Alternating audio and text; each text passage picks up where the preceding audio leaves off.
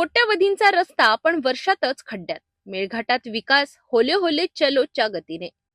12 तांडा धुळघाट मार्गावरील कामावर आता नागरिकांनी थेट प्रश्न उभा केलाय.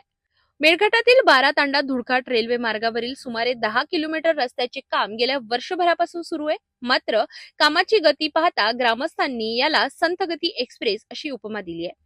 कोट्यवधी रुपयांचा निधी खर्च झाल्याचा दावा असला तरी रस्ता पूर्णत्वाला गेलेला नाही. उलट नव्याने केलेल्या डांबरीकरणातच खड्डे पडल्याने संताप वाढला आहे. सार्वजनिक बांधकाम विभागामार्फत काम सुरू असलं तरी ठिकठिकाणी माहिती फलक नाही. खर्च कालावधी, तांत्रिक तपशील याबाबत नागरिक अंधारातच आहे. इकडे बनतो तर तिकडे उखडतो. हा रस्ता आहे की प्रयोगशाळा, असा सवाल ग्रामस्थांनी उपस्थित केलाय. धारणी बैरागड, धारणी टिटंबा, धारणी बिजुधावडी आणि घाटान मार्गावरील कामांबाबतही अशीच तक्रार पुढे येत आहे.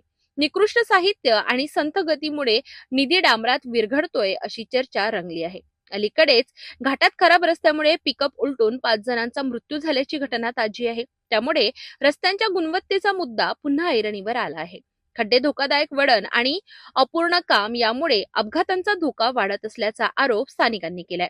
सूत्रांच्या माहितीनुसार प्रलंबित देयकांमुळे ठेकेदाराने कामाचा वेग कमी केल्याची चर्चा आहे. मात्र अधिकृत भूमिका स्पष्ट नाही.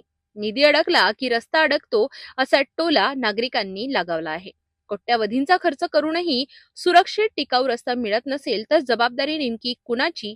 उच्चस्तरीय चौकशीची मागणी आता जोर धरीत आहे. मेळघाटातील रस्ते विकासाची गाथा होले हले चलो वरच अडकणार की खऱ्या अर्थाने वेग घेणार?